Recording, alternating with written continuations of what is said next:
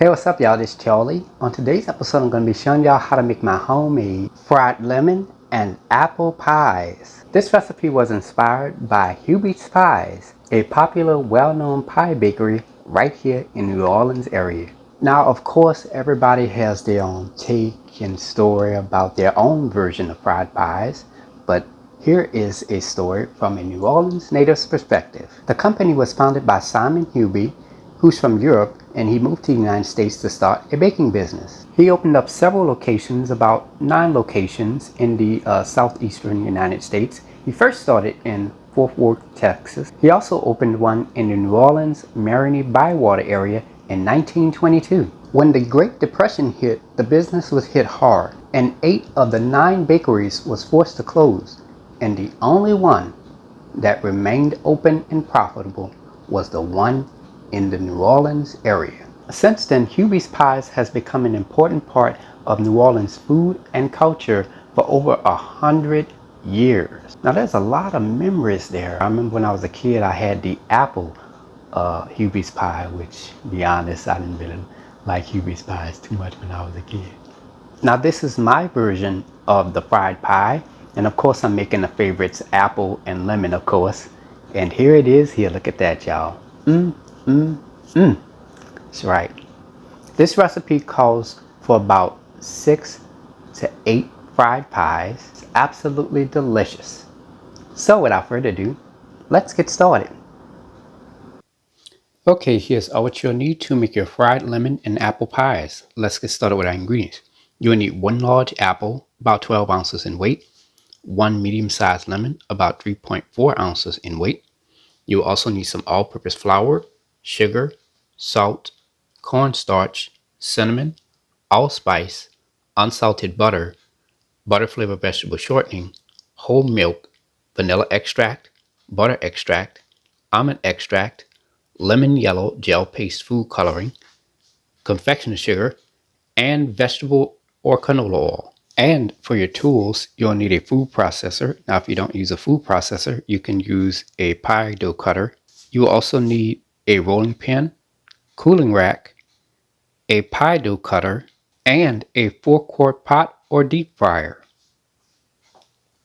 And there we have it. Alright, let's get straight to it. So I'm going to go ahead and get started by rinsing off my apple, followed by the lemon. Alright, here I have our shredder and zester tool along with 1 medium-sized lemon. Now I'm going to go ahead and zest the entire lemon.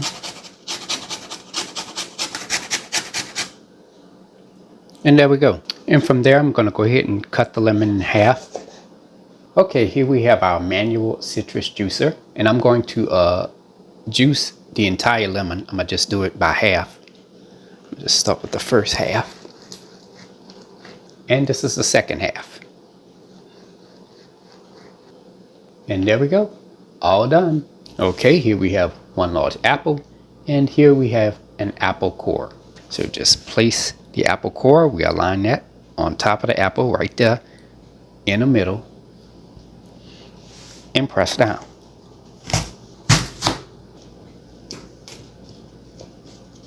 And from there we can just throw the core away.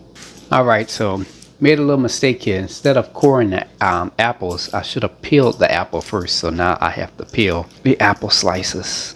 So what you're going to do is first you're going to peel the apple slices using a fruit or potato peeler, and then from there you just take the core and just core the apple and go from there. Okay, now I'm going to take each apple slice and I'm gonna just slice it like this into thick slices, and from there I'm gonna take the slices and I'm just gonna cut those into little small strips, and from there just cut it like that. You just dice the apple, and that's how it looks when we're done. Okay, we've added our apple pieces into this medium-sized bowl. I'm gonna add a half a teaspoon of squeezed lemon juice, a half a teaspoon of vanilla extract, 1/4 teaspoon of cinnamon, 1/8 of a teaspoon of allspice, and 1/8 of a teaspoon of salt, and 4 tablespoons of sugar. And I'm gonna just stir all the ingredients together. Now as you are stirring the apples, as you can see, they're going to release juices. That's exactly what we're looking for. And it is ready. Now for the thickening agent for the apple filling. In this measuring cup, I have a half a cup of cold water. And to that, I'm going to add 1 tablespoon of cornstarch. I'm going to just take my whisk and I'm just going to stir this until combined. And I'm going to just add this into the apple filling later. Preheat your fire to medium heat. Okay, let's get started with cooking our apple filling. So in this medium-sized 4-quart pot, I'm going to add 1 tablespoon of unsalted butter. I'm going to just let that melt in there. Next, I'm going to add my apple filling mixture. Now I'm going to go ahead and give this a quick stir.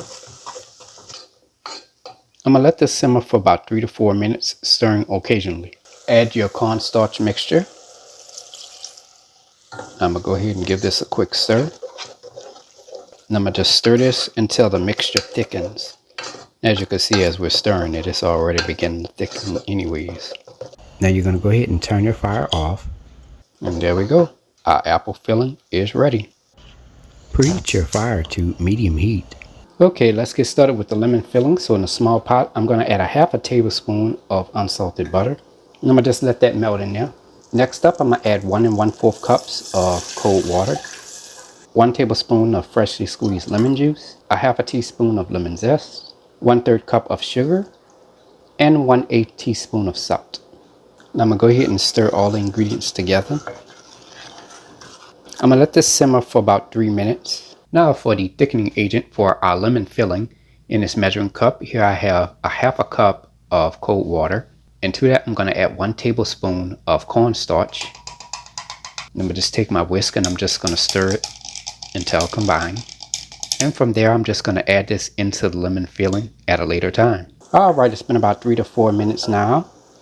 Looks good. Okay, here we have a mesh strainer with a measuring cup underneath it. And I'm going to pour the lemon mixture into the measuring cup. We just want to strain out any seeds or the pulp or anything like that.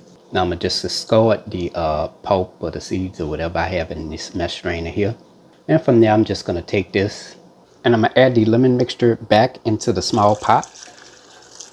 I'm going to just bring this back up to a slight simmer. Okay, now that our mixture is starting to come up to a simmer, I'm going to go ahead and add the cornstarch mixture right on in there. And I'm going to give this a quick stir. Now I'm going to stir this continuously for 1 minute. Alright, it's been about 1 minute now. Now our mixture has thickened. That's exactly what we want. Alright, now here I have a toothpick and I dipped it into the yellow gel paste food coloring. You only need a very small amount of this, alright? So we're just going to take that and we're just going to swirl that into the liquid. And from there, we're just going to stir it until combined. Now you're going to go ahead and turn your fire off. And there we go. All done. Now for some quick tips. This mixture will thicken dramatically and set once it cools, okay? And if you want just a little bit more hint of lemon flavor, you can add about 1/8 to 1/4 teaspoon of pure lemon extract right on in there at the last minute. And you can also make this a few days in advance. And this is how our fillings look after we let them sit in the refrigerator overnight. Now here's the apple filling here. And this is the lemon filling. As you can see, that's jiggly. Okay, let's get started with making our pie crust. So in this food processor, I'm going to add 3 cups of all-purpose flour, 3 tablespoons of sugar, 1/4 teaspoon of salt, 6 tablespoons of unsalted butter, cold, and 6 tablespoons of buttered flavored vegetable shortening, cold. Let's just add that in there.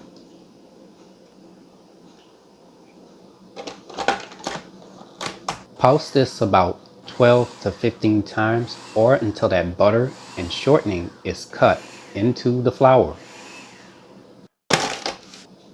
It's ready. Alright, I've transferred my flour mixture into this medium-sized bowl. Alright, and to that I'm going to add 11 tablespoons of cold water. And I'm going to take my spoon and I'm just going to stir this until it starts to come together. And from there, we're just going to take my hands and I'm just going to form this into a dough.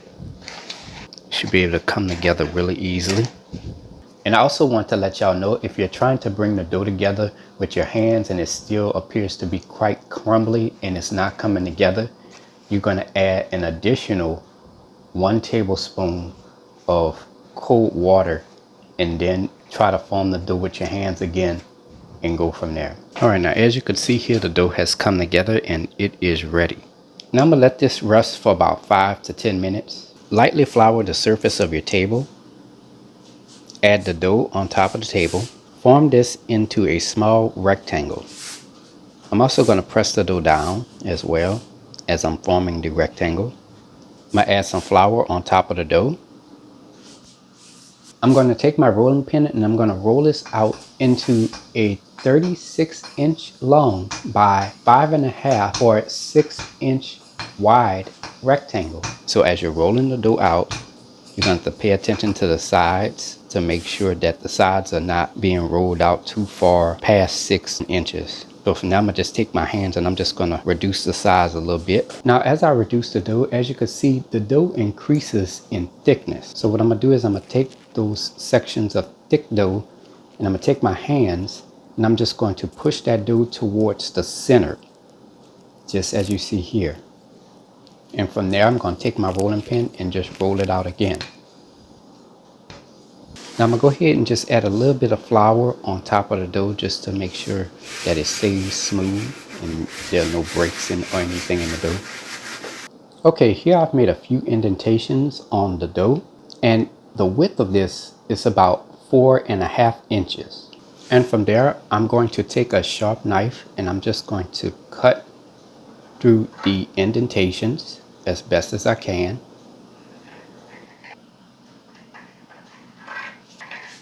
Now you're going to take about 1.4 ounces in weight of the filling, and we're going to add that onto one side of the pie dough, just as you see here. It can be apple, it can be lemon, it could be all apple, all lemon, or any type of filling of your choosing. Now before we flip our pie dough over onto itself, you want to make sure that it is the correct measurements. So it should be 4.5 inches from this point to this point, and about 5.5 inches to 6 inches from this point to this point. Okay, so you want to keep that in mind. So if it's too large, you could always take a knife and trim it down a little bit to reduce the size, to get it to the size that you want.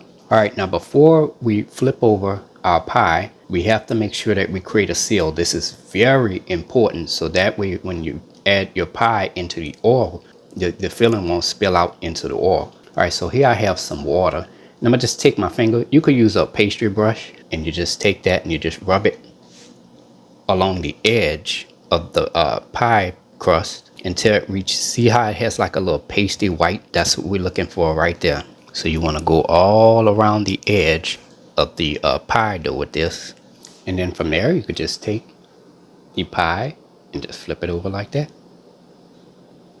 Now from there, now you're going to take your fingers and you're just going to press down onto the edges of the pie, creating a seal.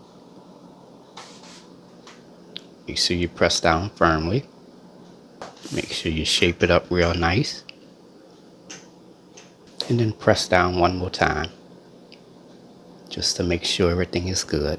And then you're going to take your pastry cutter and you're just going to cut along the edge of the dough. Just go all the way around, just like that. Remove the excess. Now I'm going to take the edge of a butter knife and I'm going to just create a little design.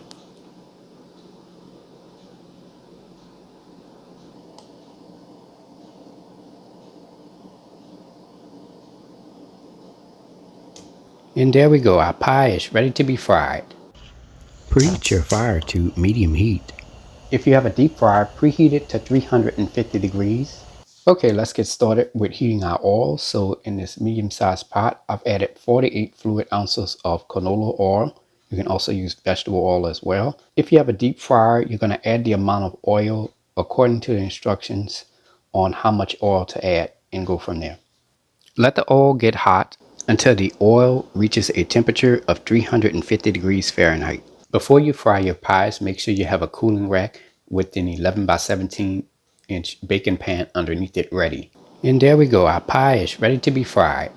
And from there we're going to take it and add it into the hot oil. You're going to let these fry for about 5 to 7 minutes.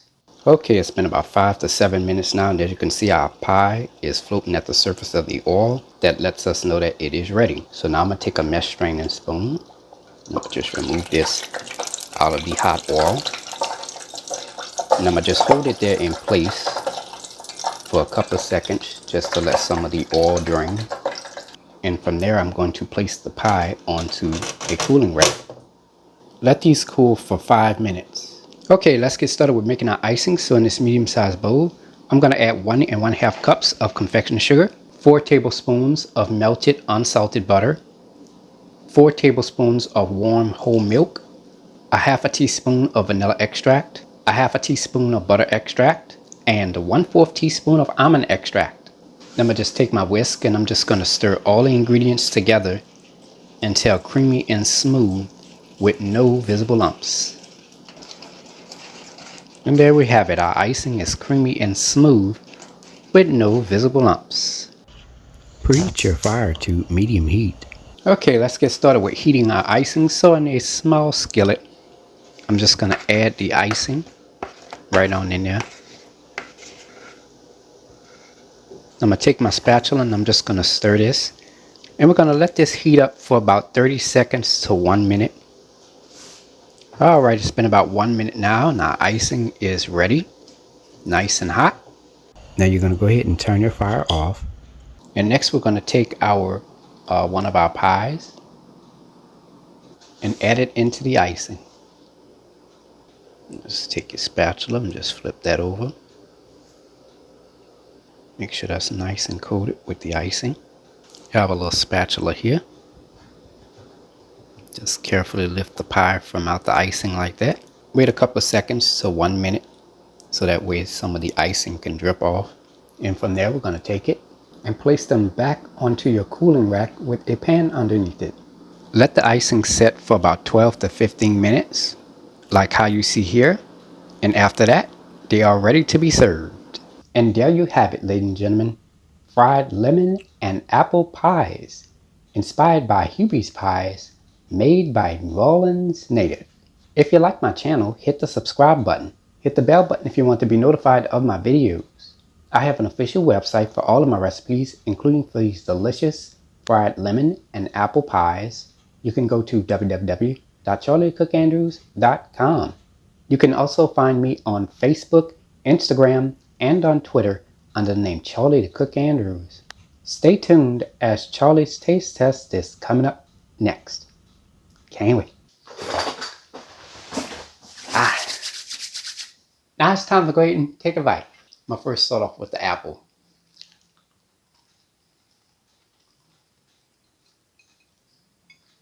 Ugh.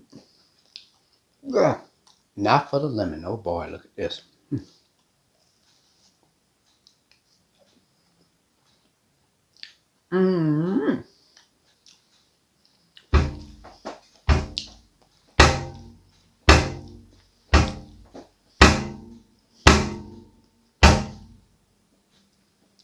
Man, I love the flavor of these. Ooh wee! It has the right amount of filling in it, and it tastes really, really good. Now, does it taste like the New Orleans Hubig's pies? Of course not. It just doesn't, because you know, companies, they use different formulas and everything, where people can make different things, whether it's from scratch or whatever, and it still won't taste like the original. Like they say, nothing beats the original, right? Right. But overall, it is absolutely wonderful and delicious, and that crust is nice and flaky, and then they got that outer skin. It has a real nice crunch to it. It's really, really good. So give the recipe a try. Now, if you want to know more about the history of Hubig's pies in New Orleans, or if you just want to buy one for yourself to try, you can go to www.hubies.com for more information. Anyways, I hope you all enjoyed the video. Thank you so much for watching. And until next time, have a good one. Peace.